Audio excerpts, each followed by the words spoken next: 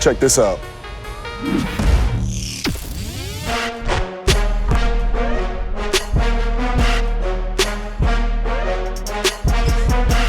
What's up, everybody? It's Joe from Complex. We're in New York City at Nike's World Basketball Festival with NBA All-Star Devin Booker. How you doing? What's up, man? Gonna do some sneaker shopping today. Get to see what he's feeling, what he's not, and then hopefully he's gonna buy some sneakers. We'll see when we get there. Let's go.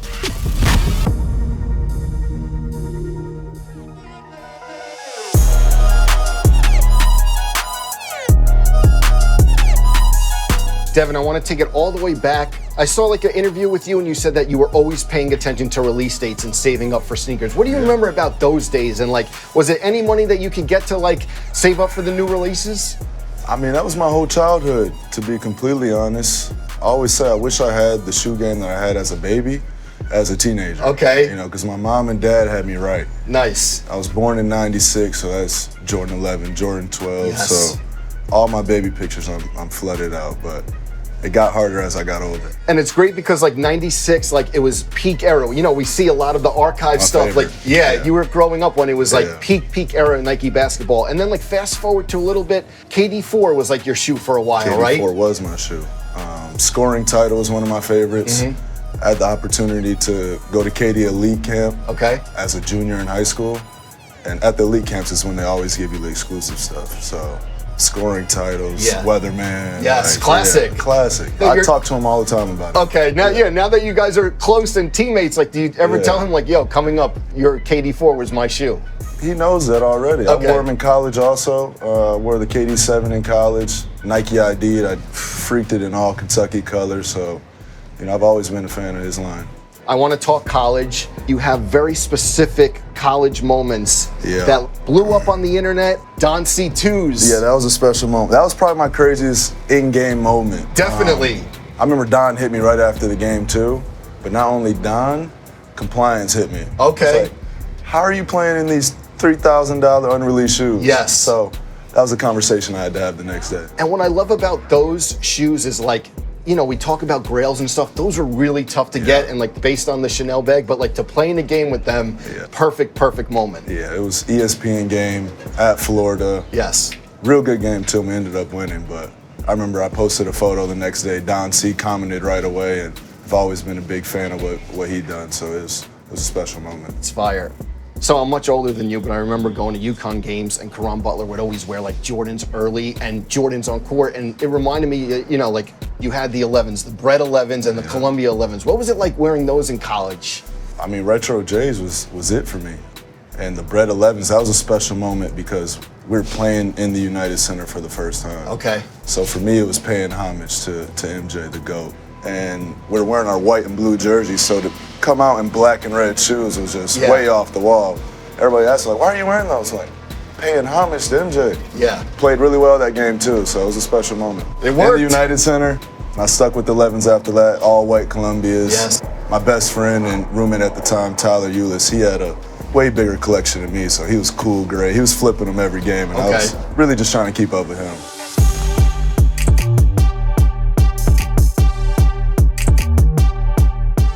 Book, I want to talk about the Kicks cover. Very, very rare pair, 1985 Kentucky ones. Yeah. Tough to get those. It is. And I heard that like that size that you had is like one of the only pairs in existence.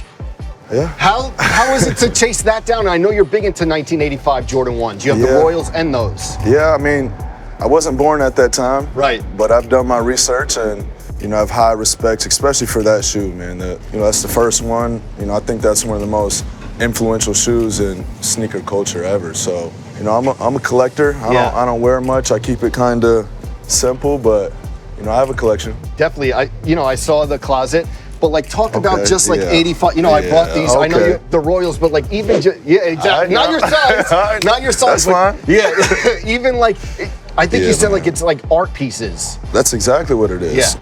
And they should be viewed as such. They're put together like that, and you know, it feels like it was alive and it lived, and that's important to me. Definitely. Yeah. And then I want to talk like obviously special makeup Kobe's. You wore a lot. Yeah. Kobe Protros. What was it like with your footwear history with him and like getting all those rare pairs?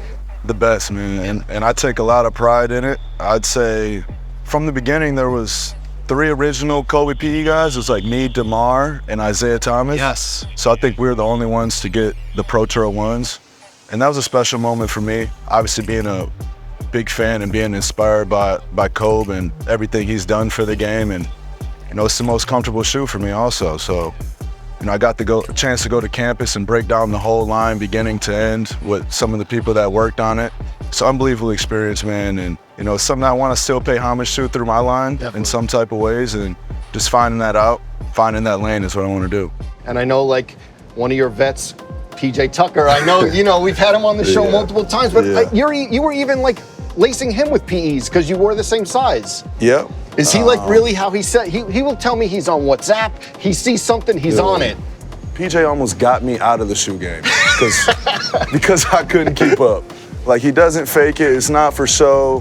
He's the type that'll show up to a workout in Red October Yeezys. Crazy. Like, just to lift. Yeah. Not even on the court. And it's every day with him. Yeah. So he's one of the guys that, I follow in that regard. And him being my vet, my rookie year coming into it, he's had some things that nobody in the world has. Definitely. He's coming through with Sean Marion, Crazy. Jordan P's, Jordan 5s. Crazy. Both colors. Yeah. So, he's sick with it. Definitely. He's sick. You're wearing Converse. Yeah. I know that you love the Chuck Taylors, and you had a collab. It's crazy that you had a Converse collab, and you have the Nike in like the same year. Can you think of like players back in the day playing in Chuck Taylors? How crazy I have a lot of respect for those guys. Yes. A lot of respect. Because even wearing them around, you can feel your ankle going a little bit. Right. But that's probably why they complain about the new generation. Right. And back in their day, they were wearing those.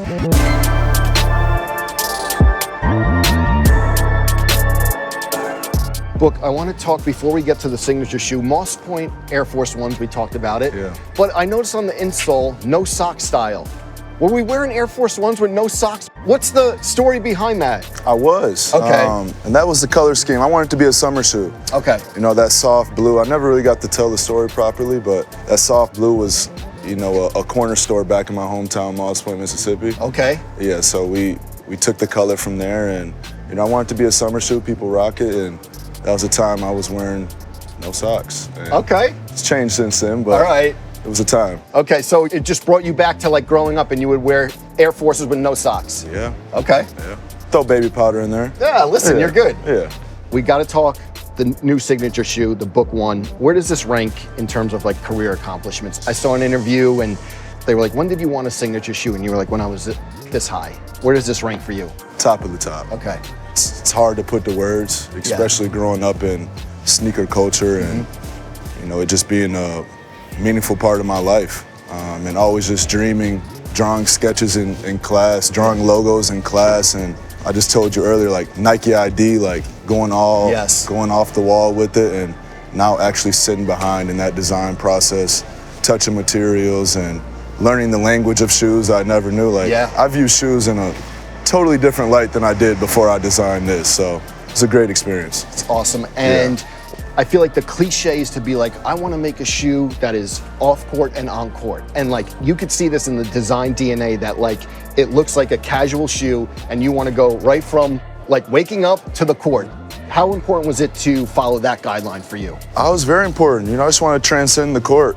Basketball it's my lifestyle. So like you said, for me to be able to walk into a gym and play in the same sneaker and leave in that same sneaker is, a concept that I feel we haven't seen in a long time. But I'm most excited about, even though it looks a little casual, people to feel the performance that's on the inside of it, Awesome.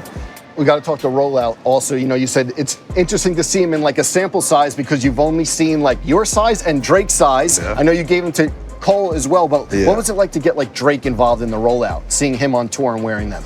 All those guys. I don't know if you see my social posts. Nike does this thing called focus groups where, they'll bring it to kids in certain cities and see the initial reaction of it without any logos on it. Those 3 videos I posted was 1 week of time. Like I went to Nike campus, I got the shoe. I was in Seattle, I showed Jamal, he was loving it. And then I was in LA.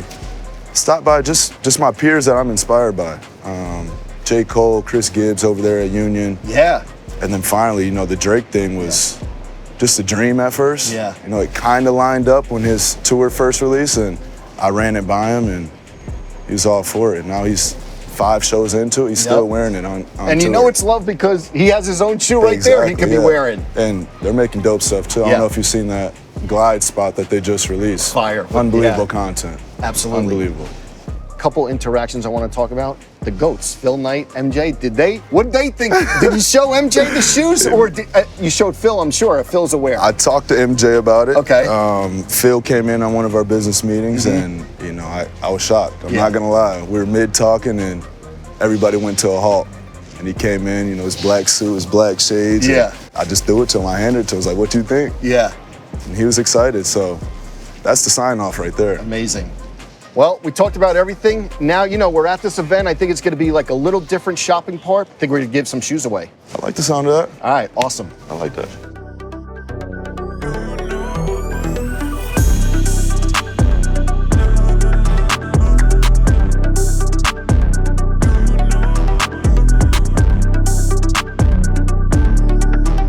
Devin, in lieu of you shopping, I think you're going to give away some sneakers. You have enough sneakers or what? I have enough. I have something to give away too. Okay, so I think 2 lucky fans are going to get like a special D-Book 1 package. This is it, man. These are the first ones. They come in December, 1 of 500. Okay. So it's only 500 pair. All right. We're gonna send 2 people home with some. 2 special fans. No more shoes for you shopping. You're just going to give these away. Yeah, I'm giving them out now. Love that.